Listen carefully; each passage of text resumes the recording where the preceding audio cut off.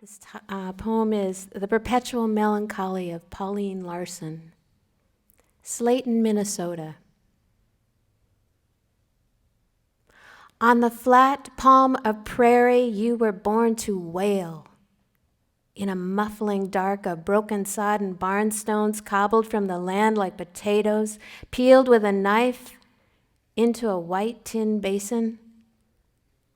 You were a blue girl inside a ring of desperate trees circled with their backs to the northwest wind, a daughter, darning socks by a brother, whittling sticks while a blizzard drift-locked your doors. Pauline, how did you carry on in that county of perpetual melancholy, where wool washed in muddy water paled from Beaver Creek wash stains of silt that wouldn't beat out even as you stretched your skirts over choke cherry?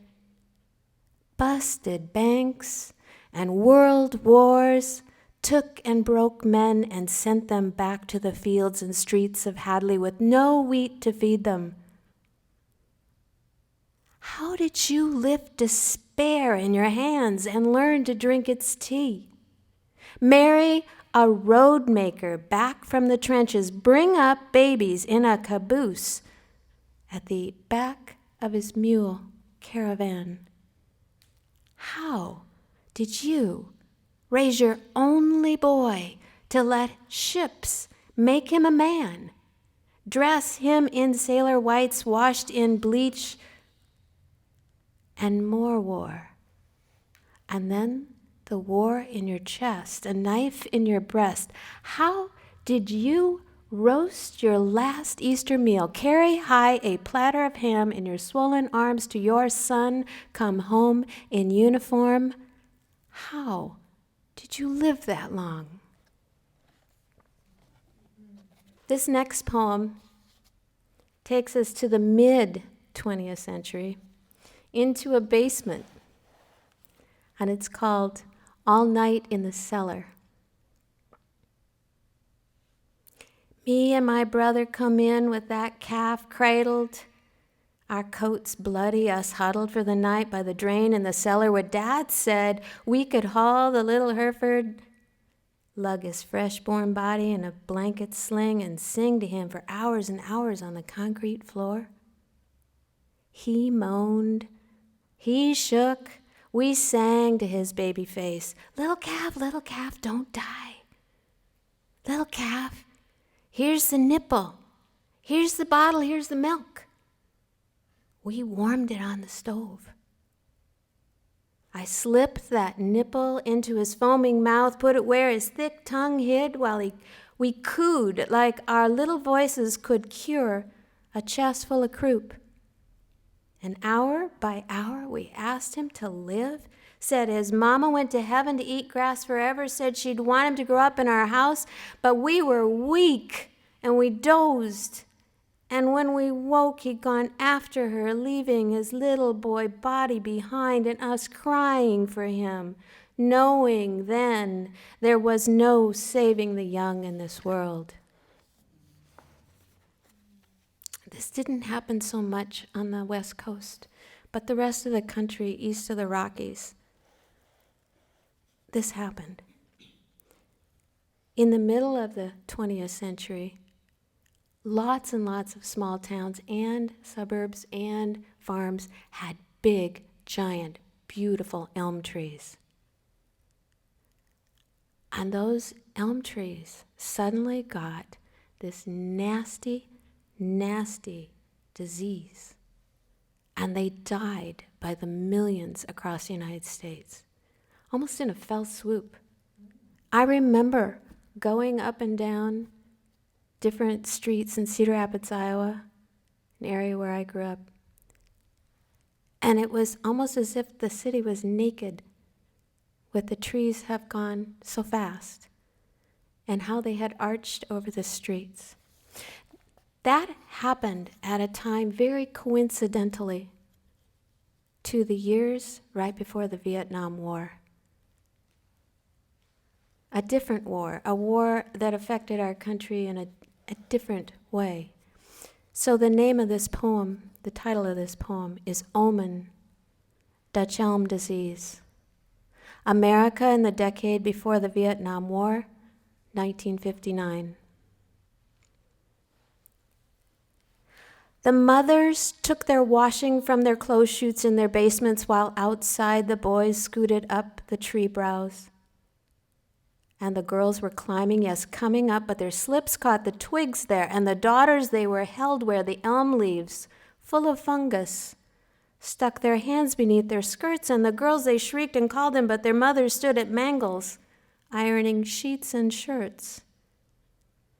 And the boys reached the top in the wind and in the lightning, and they yelled out for their fathers. But their fathers manned the tractors, and the fields were far away, and as they baled the hay, the men did not hear them calling. And the children dropped one by one then, sliced their arms and legs and heads then, formed a pile beneath the elm trees with their limbs clothed in bark beetles and malady. And in the war, that came a-looking for the sons and for the daughters of the farmers and their wives, setting tables, wearing aprons. The tall trees fell while the boys were downed in battles, and the girls kept low behind them, left behind them, while the parents searched the sickly leaves. Oh, searched the blight for warning in their mourning, hearing only then their children's screams.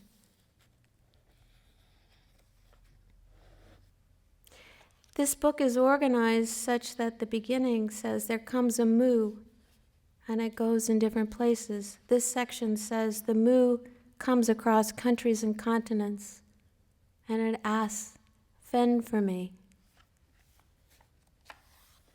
I think it's a difficult thing for poets to write about a world much of which we will not visit, many conflicts and deaths we will not witness firsthand. But there is something that is important for us to witness as best we can, to find the ways to witness. And Philip Levine said, we must write what we are given to write.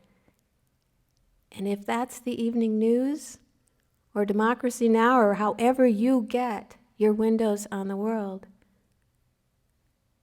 it's still important to write about how you feel about that news, and how you feel about the people that the news is about. This first poem is called Salt of the Earth. There was not enough or too much in a soup, too little or too little in the, too much or too little in the blood that fed a body. There was never enough or piles where food was eaten and fights ended, too little taste in a mouth and too much in the eye. There was not enough to go around, so kids licked blocks of it as they passed down a line that stretched a mile across the sand. There was none in a flood that filled flatlands around a river, yet people floated belly up and boiled under the sun. There was too much in brine where they hid fish rotting after looting in a city by a sea, then too little for people crawling under wires to eat. There was no speck in ice that melted in the far north. Still, families ran out of fire and froze with mouths open, waiting. There was just enough to sell in a straw market in a country between wars where boys stuffed it in shoes too precious to wear and walked barefoot through the minefields, carrying the salt of the earth. This poem, I have to read this poem. And this poem, I had seen Philip Levine at a national conference, and he was talking about this thing about writing, what comes to you, and what comes to you authentically and what doesn't and all that. And he just said, you guys get out there and write. Stop this. Stop this artificial conversation about what's real and what's not real. Is it real to you? This comes out of that, and it's called For Her in Syria. We are given her blankets to wash as she stretches like a tarp on the straw, her eyelids opening to no eyes, catching on each edge of each hole on her face. Still, she peels her fingers like 10 our one brown orange pull scabs that grew to defend her when a fire lit by a bomb grabbed her skin. All around her, babies wail for women who can't wail because they can't breathe. And women wail for babies who can't cry because their bodies have joined the piles of brick and trash, piss and blood. Oh, mothers, we must write what you give us to write. The blankets of piss and blood are on our hands to carry to the river. The melted lips and eyes are on our hands to carry to the river to wash. The money that passed from the bank to the ship, to pay for the bomb, to pay for the fire, to melt the skin, to kill the babies is on our hands to carry to the river to wash in the water, to carry to the river to wash in the water what is given to us on paper. 80 dead, 19 dead, 35 dead, 20 dead. What is given to us to carry, to wash, to write.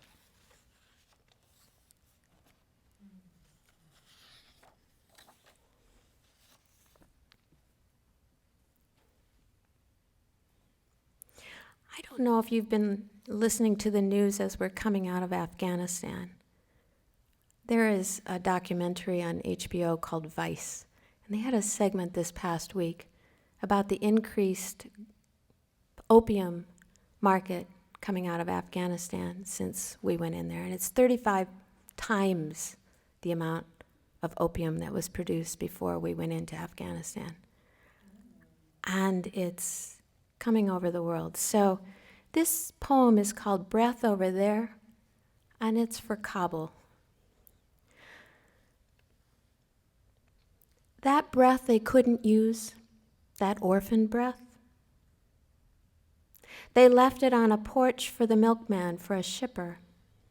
Ah, but that over there, a firelighter stuck it in his torch, igniting blazes that army tanks had no way to reach. And that breath, it lodged in the lips and spit of a warlord's speech to his village sons and idle tailors and their cloth, to cloaked mothers pouring water into teapots, into flasks, for booted boys and brothers breathing both breath and dust, inhaling the swirling, dried blood of blown-up markets, of fingers sewn together without threads, of smithereens. For what could a little leftover breath fill on a dry plain without sides in a country being eaten by wolves? Smoked-up pipes, breath and opium filling each other's pockets. This first poem, also translated into Norwegian, is for my mom, is sitting here today, Alice Lowe.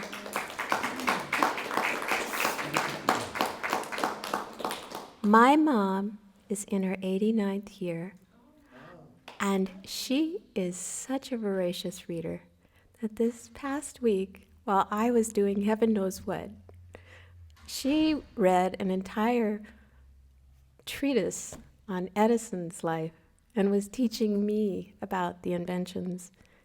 So, Mom, you have informed my poetry and my reading and my literary life, my entire life. Thank you. This poem I'm about to read is for my mom's mom, whom I never met. And Grandma Winnie was one of 100,000 around the world in the mid-20th century who was lobotomized during her institutional experience. It was a short period of time, and there really wasn't any medical science for it, but it was the way that some people who were in institutions were treated. This poem is called Winnie Be and 100,000 Lobotomies. For those involuntarily lobotomized during the mid-20th century.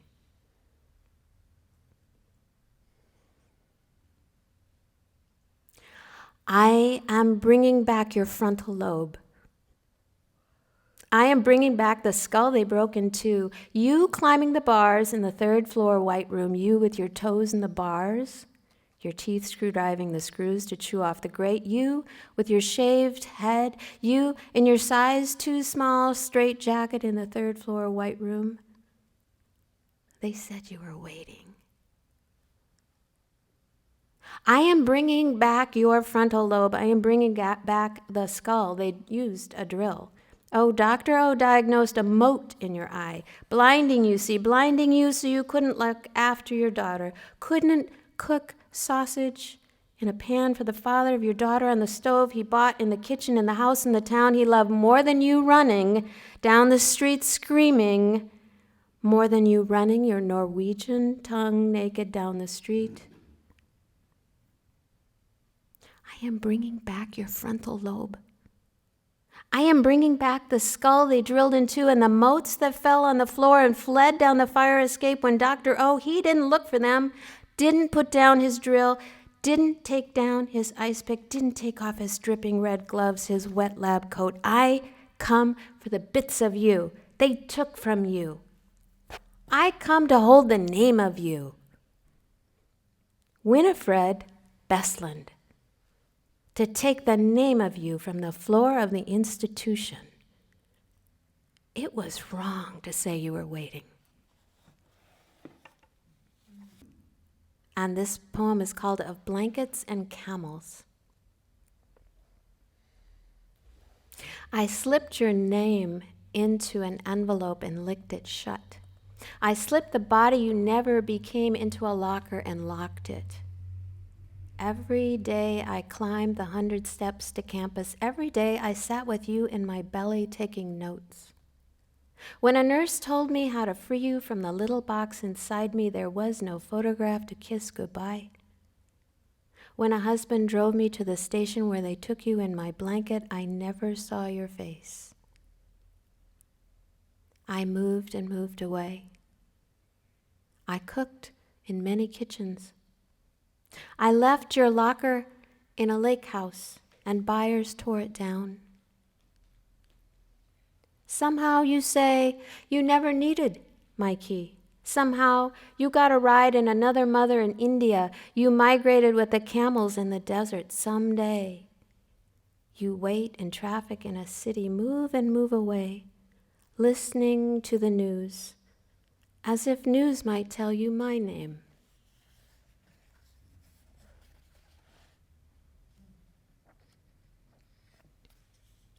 Well, who can write a book called Moo and not have some moo poems in it, like cow-type poems?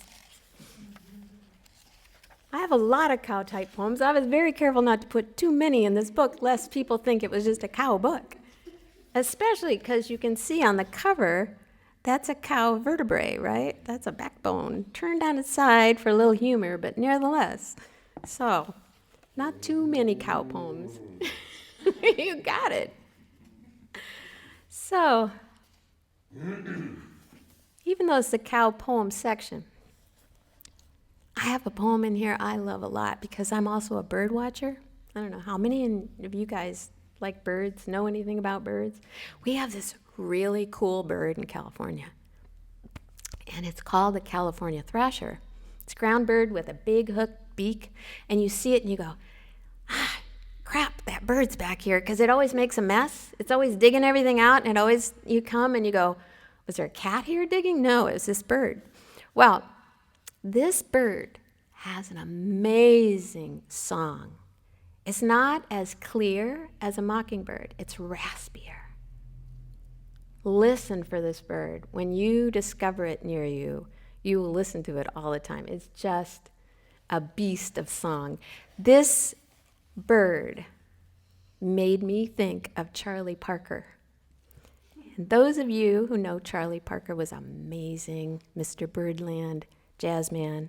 From 1920 through 1955, he didn't have a long life because it was a difficult life. But he made some great music. When I thought of him and I thought of my thrashers, I just had to put them together. So here's for them. California, Charlie Parker thrasher, bird.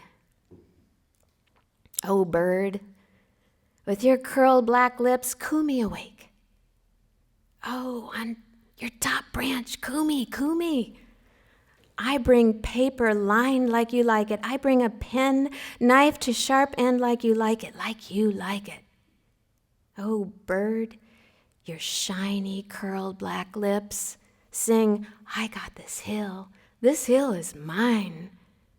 Sing, I got this bush is mine. Sing, I got this top branch is mine. And there is nothing to stop me from owning the sky. Oh, own the sky. Bird, own the sky. With your song sucking juice from buzzing things, winged notes in your sack singing throat, living things in your singing throat. I write with pen on paper, he cooed me awake. Up and down that forte, get up, got me awake. Oh, black-lipped bird on top of the world. Sing, Charlie, every day. I own the sky, I own the sky.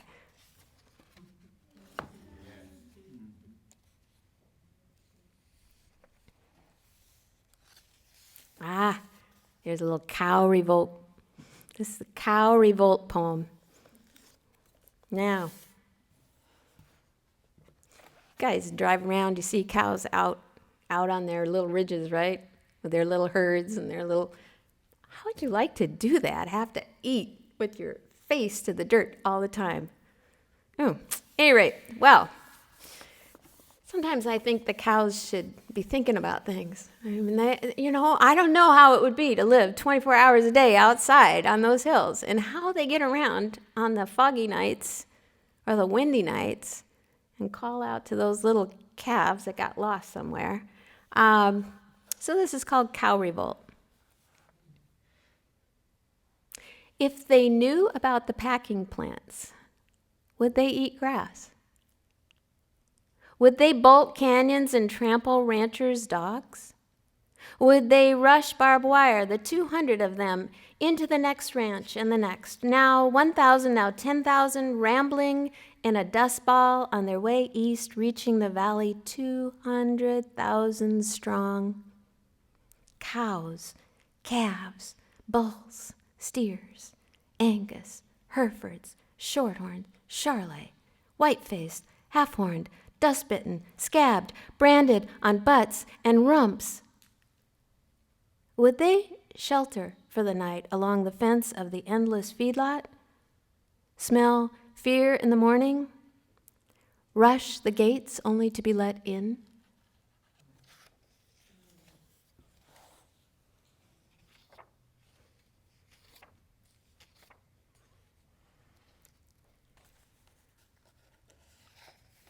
There are some times in all of our lives when either we're working out hard stuff or during the years that I worked with families and adolescents, we're working on hard stuff with other people. And I had the privilege of working with a whole lot of teenagers in Seattle when I was therapist up there. And this poem, Darren, is sort of an amalgam for lots of the kids that I was working with. Darren. My client is a boy and he sleeps on the sofa. He is bruised on his neck. He is thin. I write in his file. Darren snores. He has pink eye. He is stoned. He is curled with a pillow to his chest. My client is 14, and he sleeps on the sofa with while his mom cleans the kingdom with a brush in her hand. He chews on his lip. I write in his file. Darren cries in his sleep, and he sleeps with his mother. He hides in the closet from the men she brings home. My client is her son, and he sleeps on her sofa. He picks at his thumb. He has lice in his hair. I write in his file. Darren wakes from his coma, but he won't go to school when she doesn't come home, and the men in her bed call, Darren, Darren, while he cries in the closet at the back with the shoes and the mice in the wall and the stench of the meth, and he can't sleep. When the men come to cook it, stand around while they shoot up, and they pick at his door lock, and they aim with their guns while he screams. And I write in his file, Darren's bruised on his neck, and he won't eat the food in a bowl by the door, and that's why he won't last in a cell with a rope. He's too thin.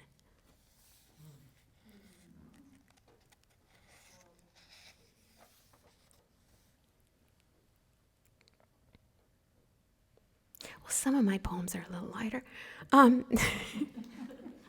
Somebody told me this book was full of melancholy. I thought, yeah, I guess so. This poem is called Now is the Time for Matinees. I guess you have to be my age to think it's funny. It's kind of a warped sense of humor. Now is the time for matinees. Once they don't need us to breed, yes, ma'am, we'll put our kitchen gadgets into boxes and tie our aprons to the branches of that fat old tree out front. Once they zip their flies, turn their backs, oh, sweetie, we'll haul our worn-out couches to the curb, paste for free signs on the slump sofas. Once they gripe and shave too little, oh, Vita, we'll call the bus driver circling this town. Mister, here are the men of yesterday, dumplings in their beds, muscles drained with bath water, heads that tilt and nod. Sister, you and I'll go to town to eat a pie some other baker made. Oh, Mama, you and I'll buy tickets to the matinee and cry when the boy dies and the girl is left alone.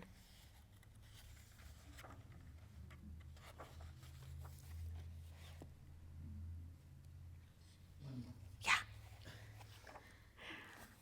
This last poem is the last poem of the book. And it's called Oolite for the Ocean Wife.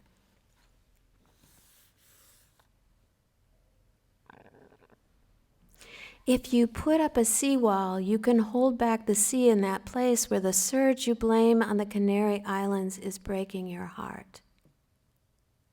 But at the edges, where the oolite, eggstone, limestone accumulates and the yellow stingrays sleep, that rubbled beach will erode in its stead. Deep missing can't be kept from shore. It is kelp grown too big for its forest. Its head floats, its arms float, its legs float until seabirds find shelter on the mass of you, but you find no shelter in their wings.